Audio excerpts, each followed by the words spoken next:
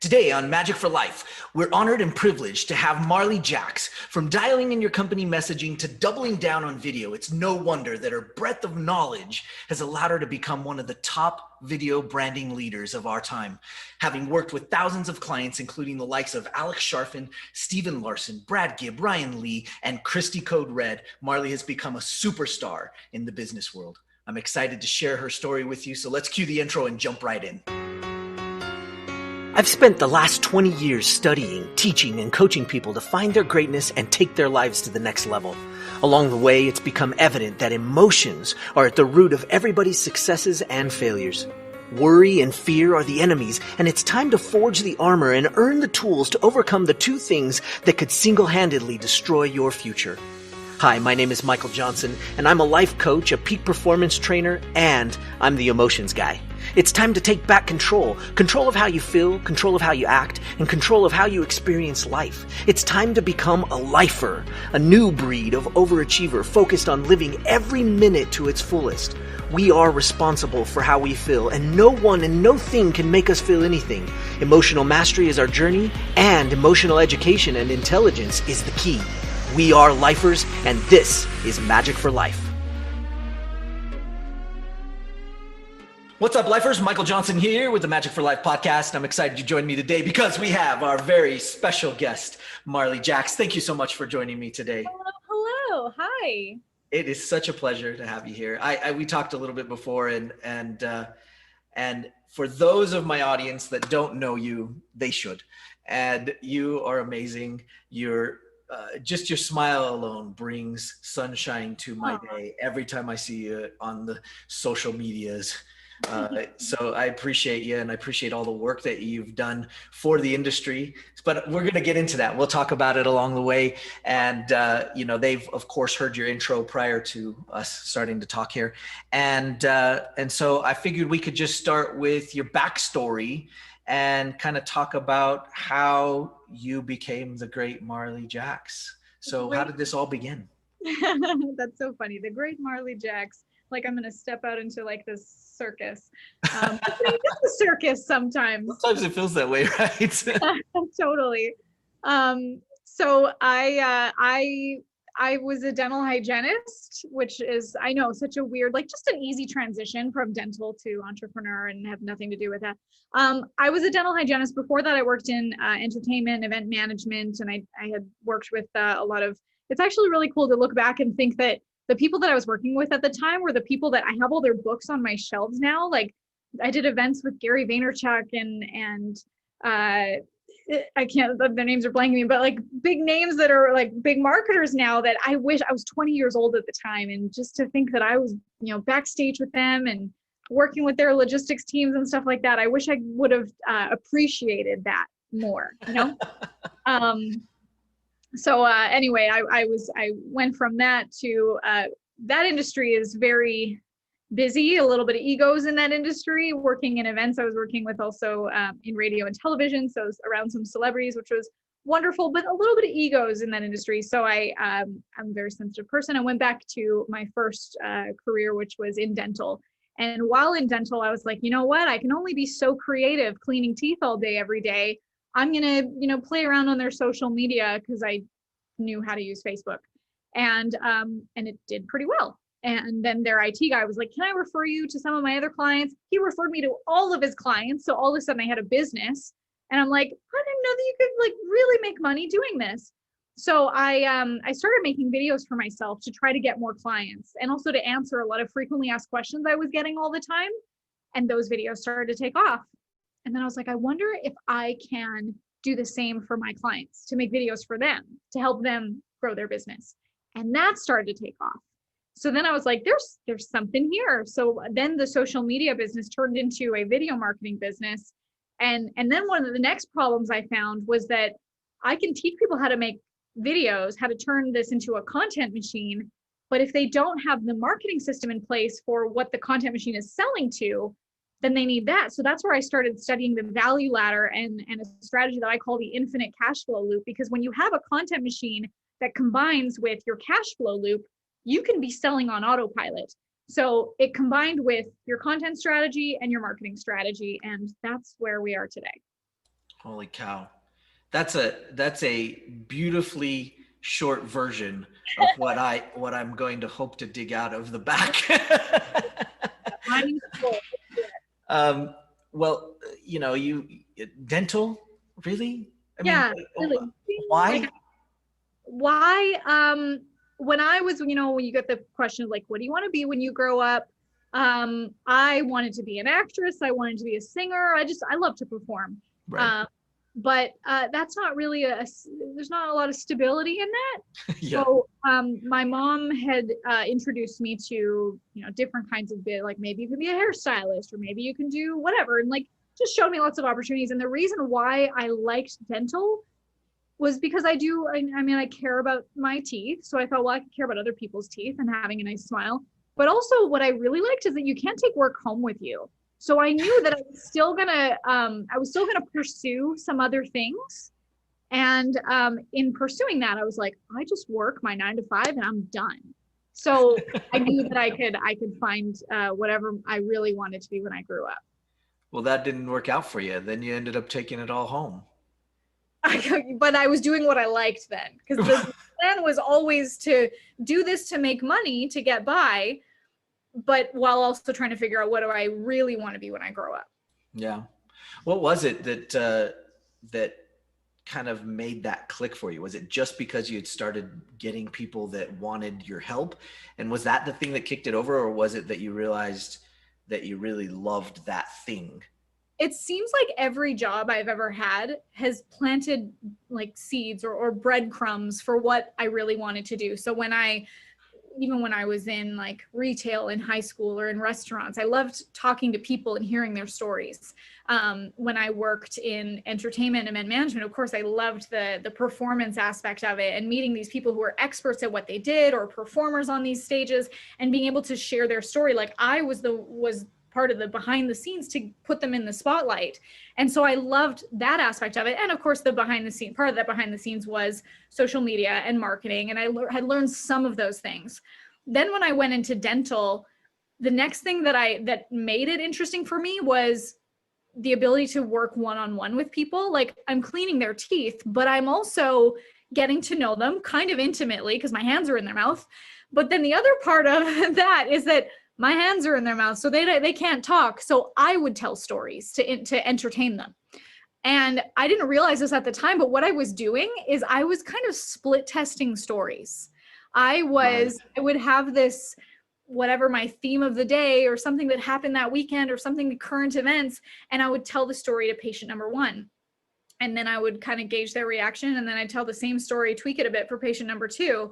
So by the end of the day, I had this great story.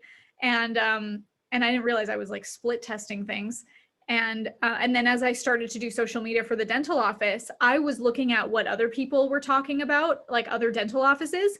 And I was like, this is so boring. Like your fun facts about brushing your teeth. Why don't you talk about things that actually matter? Something that would actually stop me while I'm scrolling, like that thumbs, like if you're going to be scrolling, what's actually going to capture my attention?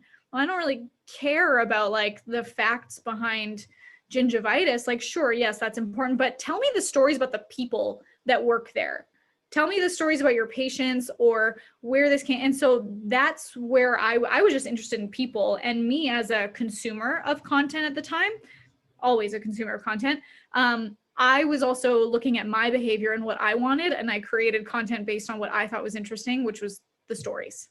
Right. Well, and you seem to be a natural entertainer. And so did you get that from like when you were a kid? Did you dance and sing, and were you doing acting and stuff like that when you were younger? Always. I was in plays, I was in musicals, I was in a choir all the time. I played piano a little bit.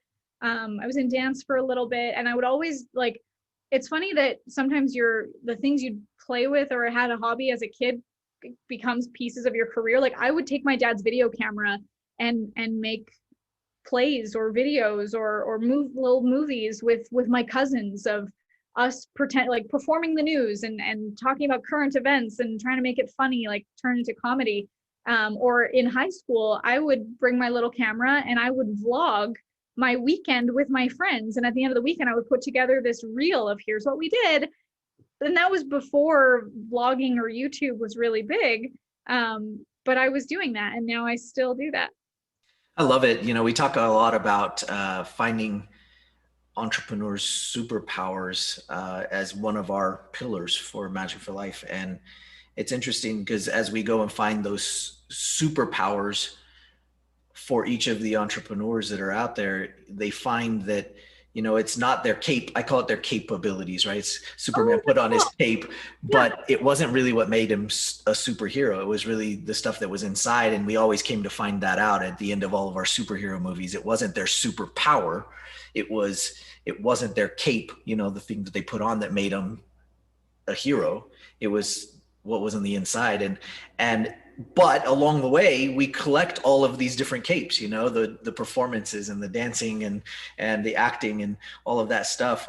You know, it's easy to see that led to the amazing performances that you give, and with such great content. And so when people go and find you, and I hope all my audience goes and looks you up and listens to what you have to share with them, because not only will they be entertained, but they're going to get some amazing content from your experience and from your story. And that's part of why I was so excited to get you on the show today, because it's so great to be able to put a story and a face behind all of the cool things that we get to see you do publicly and share with us.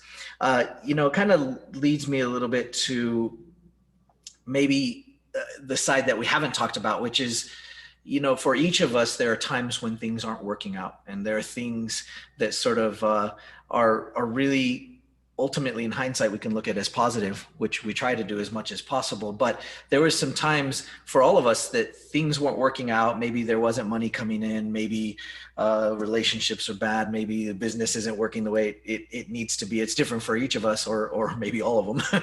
And so when things weren't working out for you, what sort of kept you going? What made it possible for you to keep moving forward? I was actually asked this morning. I was in a Clubhouse room. Clubhouse, what a cool app. Someone asked me, what do you do when you have those moments where you feel like you want to quit?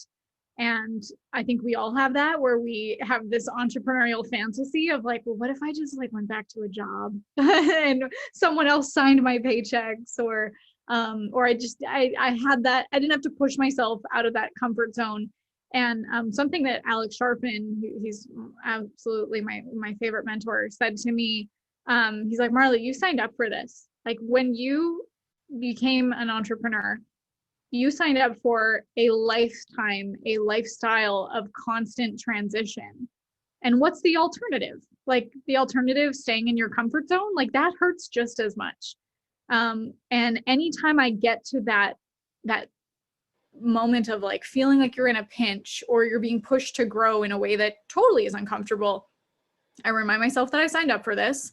And I remind myself that when I push the edges of my limits are going to expand.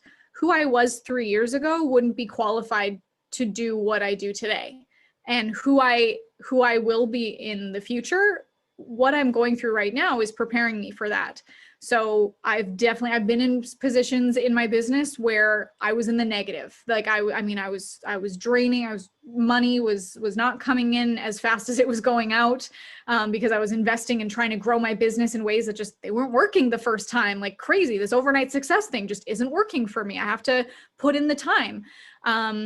Earlier this year, last year, I guess 2020, I announced publicly that my marriage ended, and that was obviously very emotionally painful. And I had to, I didn't want to be a story of failure. I didn't want to be the divorce girl. So instead, I vulnerably shared transparently what I was going through, and I controlled the narrative of, this is a story of perseverance, of, you know what, this hurts, but I'm gonna get back up. And I actually announced that at the beginning of January, and at the end of January, I was on stage at Funnel Hacking Live in front of 5,000 people. And it was a really transformational experience, going through the most pivotal time of my life, that I changed my name. I was no longer with this person that I thought I was going to spend the rest of my life with. And at the same time, at the peak of my career, standing on this stage with people, with all eyes on me, which felt like, for a couple of reasons, that I had just announced this very emotional thing, and who knows, maybe people were looking at me like, oh shoot, what's she going to do? Is she going to crumble under the pressure? But also that I showed up with like, here's what I have to say, regardless of what's going on emotionally or personally. And I shared from that stage. I talked about it a little bit, that I said, you know, earlier this month, I announced that my marriage ended. And honestly, I considered just that I would stop creating content right now, because maybe someone would think, why would I listen to her when she doesn't have her life figured out yet? But the thing is, helping people doesn't stop just because your life isn't perfect. No one's is. And if I had stopped creating content, there are many people that wouldn't be impacted by what I had to share. And it wouldn't just be doing me a disservice. It would be doing the people that needed to hear that a disservice. It's crazy to think about the lives that you touch because you're willing to step up and speak up.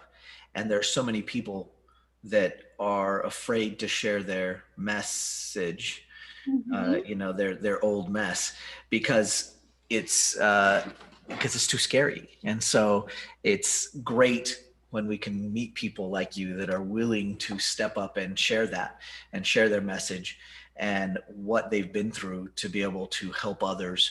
And it's not easy. And so what would you say to those people out there that are that do have a mess, but they're scared as heck to get up and start speaking about it and letting people actually see a little bit of what was going on behind the scenes? And just to also add to that is, you never know who's watching. That by you taking imperfect action or feeling the fear and doing it anyway, that might be giving someone else permission. So that's also part of my answer, is that what if there's one person that you could change? And hopefully me being on that stage in a very difficult time of my life and sharing that message did inspire at least one person. And just knowing that you do have so much to provide. There's of course the comparison game of, well, this person is already doing it and they already have a big audience, but like, I'm not talking about that person. I'm talking about you and the person that's going to resonate with you more than they would resonate with them. Like, sure, we could say, Oprah already has a book. Why would I write one?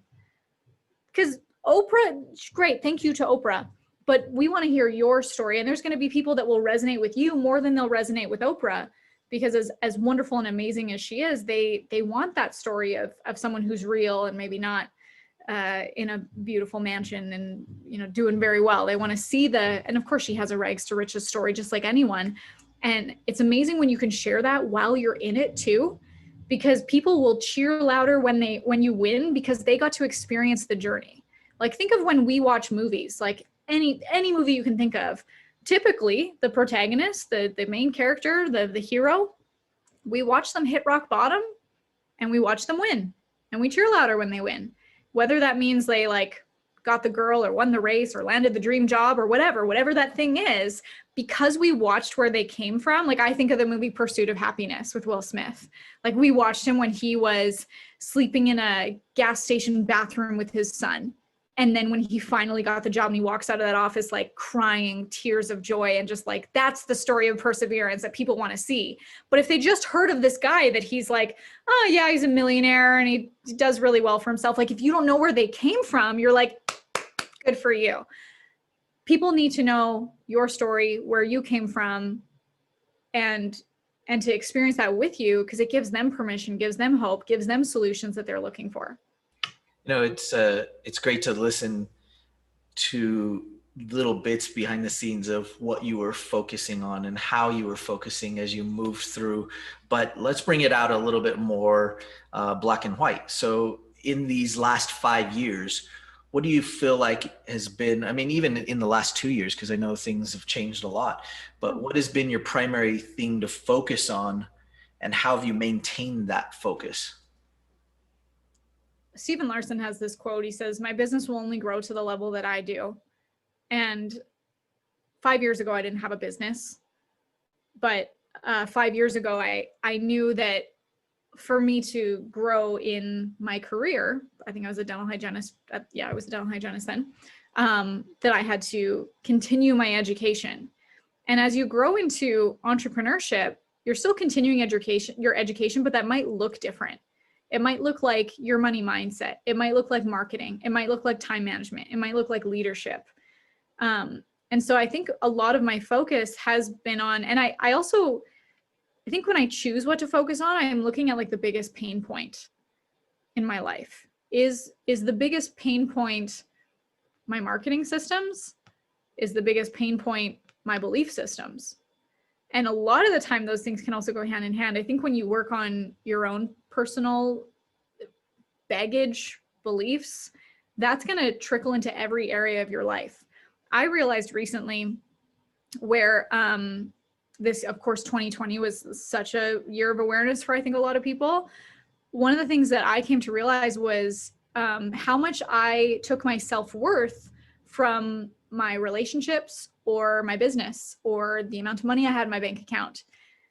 And when I was able to really understand that and where that came from and why that is, and what feels like more integrity to me, that changed everything for me to see where did this, and honestly, part of that, like if my baggage or belief systems got me to where I am today, I have to thank it just as much as I can heal it. And so looking at maybe some of that,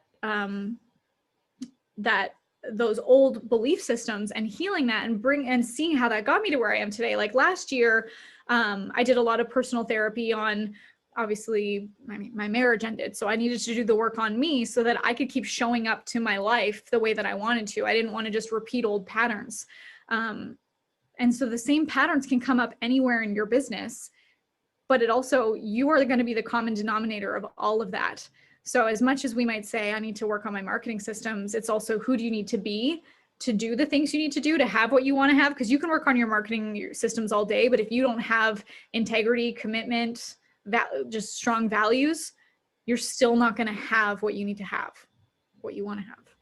It's so interesting as I watch a lot of the gurus in the industry, you know, they talk a lot about, as they should, their skill set that they're teaching, you know, and that makes sense. They're teaching the crunchy, tangible skill set that they're doing. And more people are starting to realize that the skill set is important, but the mindset is also important for what it is that we're trying to accomplish. And you know, and that everything you just said kind of like leads towards that place, you know, and being able to work on you first. And I find that often, you know, dealing with my clients, you know, one of the first things they say is, well, I need to figure out how to get leads.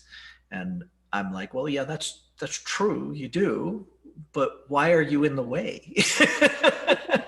And it's hard to bring entrepreneurs to that. So it's always beautiful when I can hear that it's not just, you know, or at least the entrepreneurs can hear that it's not just a bunch of froofy talk. Like, oh yeah, no, we actually have to do some work internally. I believe that the quality of our life is the quality of our communication, and not necessarily just our communication with others, but maybe our communication with ourselves is a primary function of how we operate every day and the things that we're saying to ourselves. What kind of things do you find yourself saying to yourself on a regular basis that helps you stay positive? One of the things that I feel like is my quote for the year, and it kind of echoes what I just said, internal empires build external ones.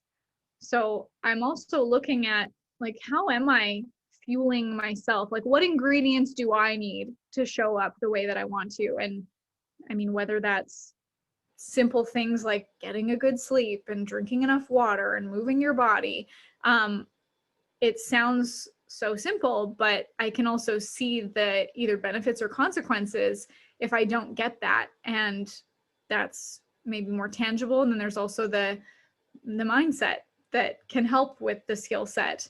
If I'm feeding my brain the stuff that we see on social media or on the news, is that going to put me into the best state of mind for when I'm on calls with my clients, or I'm coaching or sharing something on a podcast? So yeah, the internal empires build external ones. I love that. That's really cool. We're going to quote you on that. um, that's so difficult. I find is that people always hear the easy things to do. You know, it's like, oh yeah, drink some more water. That's going to make a difference. And they go, yeah, yeah, yeah. I know I should drink more water. So as soon as it starts to come out of my lips, they're like, well, yeah, yeah, whatever. Yeah. Like, well, but do you do it? You don't do it. And I think one of the things that really shocked me about this 2020 season with all of the pandemic and stuff was that there was such a huge focus on isolating everybody, and there could have been this huge focus on getting everybody healthier Yes. so that we could handle it better. Change the narrative. Yeah. And I hope that that maybe is a place that we'll go next. I mean, I'm not a health freak or a health nut, and some people really love it and that's their thing, but I'm also not unhealthy. And so it's like, well, gosh, you know, I think I'll start drinking an extra amount of water now so that if I happen to get it, then maybe I'll be able to handle it in a little bit better way. And there are other things that we can all do. So I think it's so cool. You know, two of the things that seem to govern our world as humans are worry and fear, and understandably so. Obviously, they're fight or flight built-in mechanisms for us to operate with. So with worry and fear being two of kind of our maybe yin and yang systems, we want them to be there and we don't want them to be there.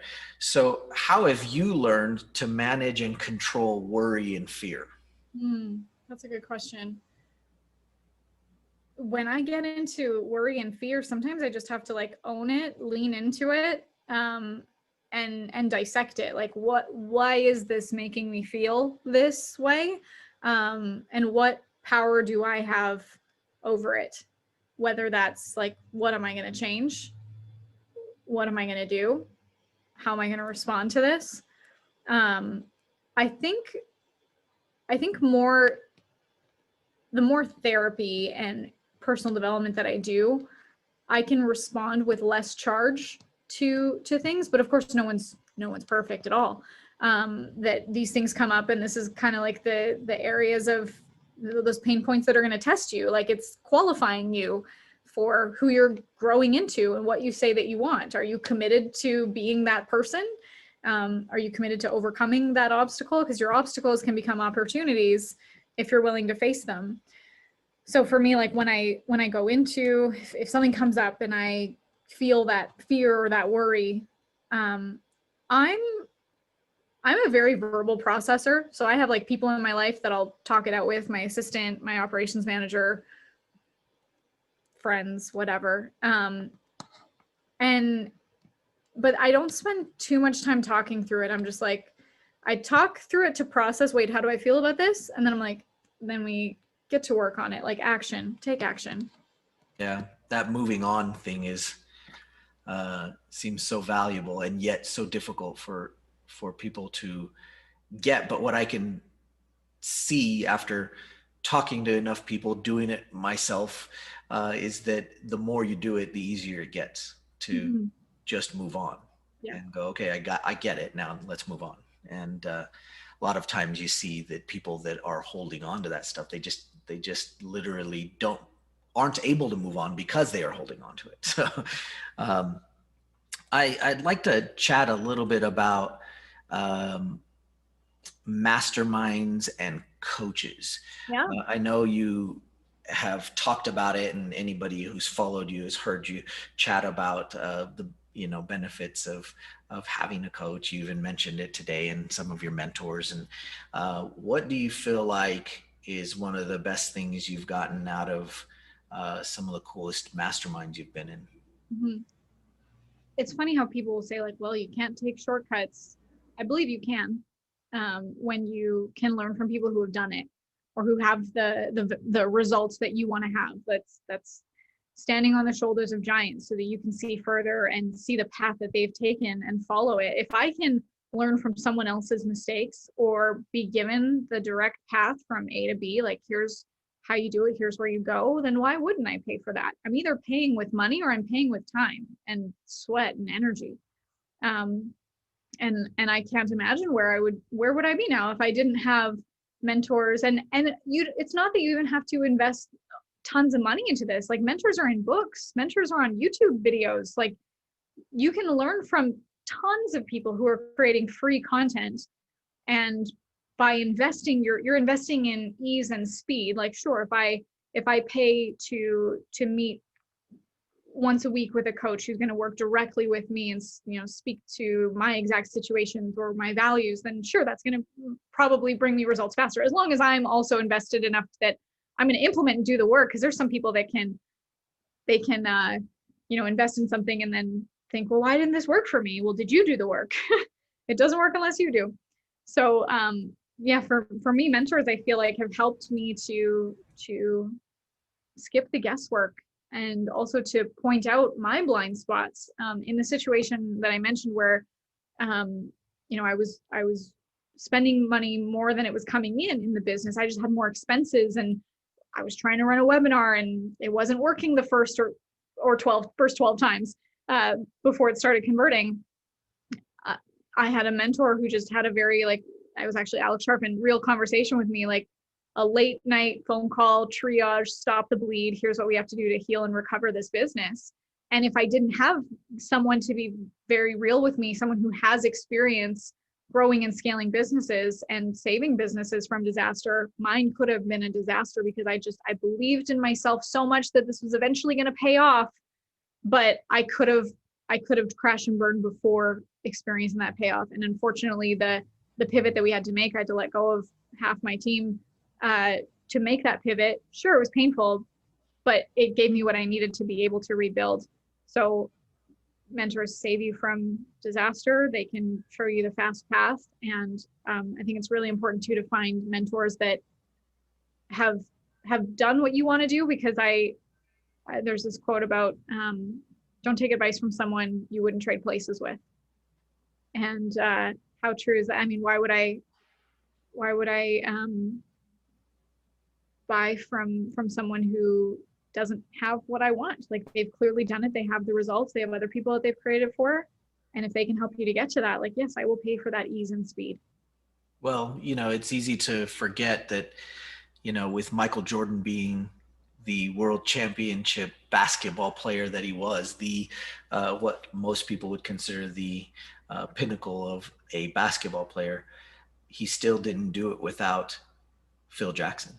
And and you then look at Phil Jackson's resume and the number of champions he created besides Michael Jordan, you know, not even to mention Kobe Bryant, you know, and you look at it and you go, gosh, he did it over and over again. He really, it wasn't an accident. It was purposeful and with systems and frameworks. And one of the things that is so very clear when people will come and listen to you is that you have systems and frameworks, and it's very apparent and easy to see that you can do what you say you do. And so then it makes it very easy for them to be able to work with you. And so I've always loved that about you. I've always loved that about the stuff that you produce and that you put out. And it's really great to see. And it makes it very easy for others to recommend you, because you know, we can see that you have great systems, great frameworks. You've been there, you've done that, and you know how to get them from point A to point B. And so it's really exciting for me to be able to tell my audience, hey, you got to check her out. You got to go see the things that she's doing, because they're amazing. And so, you know, thanks, because you're like one of the, you know, Michael Jordans of our industry, right? And luckily for us, it's not like there can only be one, right? There's a bunch of them, and there's a ton of people that are wicked at what they do. I want to jump into what we call our lightning round. Yes. And we talk about emotions a lot. I believe emotions are at the core of everything we do. In fact, you know, if we're sitting here scratching our head, it's because we want to feel something. It's pretty simple when it's all said and done. We want to feel good, or that's pretty much it. And we want to feel good. And so in this one, it's pretty easy to understand. I'll ask what your go-to emotions are in different categories. and what your limiting emotions are when you're in those categories and things aren't going well. So Okay. pretty easy, All right. super simple. So first category is business. What's your go-to emotion when things are going well? Uh, is driven an emotion? No, I guess that's a Sure, if you feel it. I feel driven. Yes. Awesome. And what's your limiting emotion when things are going poorly? Frustration. Okay. Partnerships. Business specifically. Oh, okay. Business partnerships. Yeah. Um, What's your go-to when it's going well? um, excitement, intrigue. Okay. And when things are going poorly, what's the limiting emotions? Trying to think of the word for like, I hold my cards close. Reserved? Reserved, yeah. Okay, cool. Coaching. We have two parts to this though, when you're coaching others and when you're being coached. So let's go with when you're being coached. When things are going well, what's your go-to emotion? I was gonna say again, like intrigue, that feeling of exploring and discovery, epiphanies. Nice. And when things are going poorly, what's the limiting?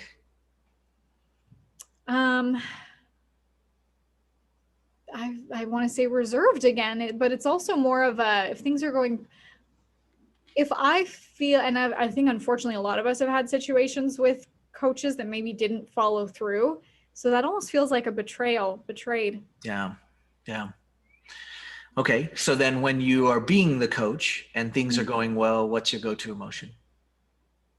I want to say epiphany again, because it's for me just as it is as much for them. Like as much as I can be on the stage teaching or one-on-one coaching or a group, I get to learn too. It's not just me. Yes, here it is, A, B, C, D. It's, I get to learn and then also see them have the epiphanies, which gives, it's so fulfilling for me too. Nice. And when things are going poorly when you're coaching, what's the limiting emotion? What's the feeling for when you just want to do the work, you got this. That's pretty descriptive. You know, sometimes they'll be like, I want to do this and I have this idea, but then like the same problems over and over again. And you can see the path for someone that they just have to click in that mindset. And you're like, I know, you just step off it's just right there. Just step forward. I don't know what the word is for that, but it's like this push, this persistence. Yeah. Okay. Relationships, not business. When things are going well, what's your go-to emotion? Bliss. Okay. And when things are going poorly, what's the limiting?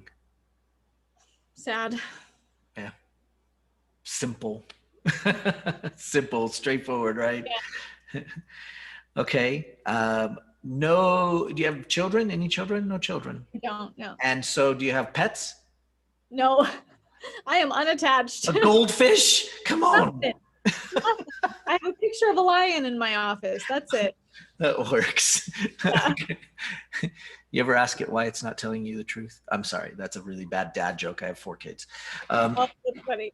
Okay. So, well, that's it. Just those categories. So I appreciate you being straightforward, but of course, there's no way on earth I'd let you go without asking you about the stuff that you're up to, either that we can direct our audience towards being able to find you and the cool stuff you're doing, or maybe you can give us some insight on some of the fun things that are coming. Yeah, so tell us about what things you're doing at the moment. Yeah, I'm really excited that we are launching right now something called the Infinite Cash Flow Blueprint. Kind of like I mentioned at the beginning, one of the problems that I ran into with clients, with students, is you can have a content machine that, you know, gives you exposure, builds your message, grows your audience. But if you don't have the cash flow loop to continuously bring people from front end to high ticket, you're making noise. And if you have the content and the products and services, but you don't have the exposure with your content machine, then they need to go hand in hand. So we've created a blueprint to be able to help people build your content machine and your infinite cash flow loop. And so that's available at infinitecashflowblueprint.com. You're muted. Oh, oops. Cool. We'll put that in the description for sure, and make sure we direct them that way. And then, of course, they can find you at your website as well. I believe marleyjaxx.com, and that's Jaxx with 2 X's. Yes. It's because she loves you. That's why. It's really what it is. And really, I so appreciate you taking the time to get on with us today and share with us your story and what you've been up to, and some of your mindset and what you've been doing. I don't know why I'm going to ask this, but if there's an entrepreneur out there, I don't usually ask this, but I just feel compelled to ask it. But if there's an entrepreneur out there right now that is looking at the stuff they've been doing, they've been in it for a little while, the money's not coming in, it's not working, and they feel like maybe I should just quit and get a day job, what would you tell them? It's funny because I've played out that scenario in my head of like, because of course we have that pinch, and kind of like I said, you've signed up for a lifestyle of transition. This is not, you're not going to go back to a 9 to 5. But let's pretend that you did, or let's pretend that you quit. Your options, yes, or you go back to a job, or maybe you're lucky enough that you have a cushion, you don't have to go back to a job right away. But let's pretend you get a job. How does that work out? Are you a good employee? Do you run the place by the end of the day? Or are you maybe a bad employee that like you just can't follow other people's rules because you're just not meant for that kind of life? And let's say if you have the cushion that you don't have to go back to a job right away, how do you spend your time? Maybe you catch up on Grey's Anatomy, you watch your shows, you read some books. What happens? You probably spark some ideas, because when an entrepreneur has time to rest, that's probably when the creative juices start flowing. So even if you quit, you won't be able to quit. Give yourself a break, give yourself a pat on the back, take a breather. You signed up for a lifestyle of transition, and this is just one of them. When you push the edges of your limits expand. That's awesome. We sure appreciate you. Thank you so much for being you. Thank you for being an inspiration to so many of us out there. And I thank you for taking the time to join us today. Thank you. Hey, lifers, don't forget to get your free copy of the Every Minute book. You can find it at everyminutebook.com. And don't forget to follow us on Facebook and Instagram.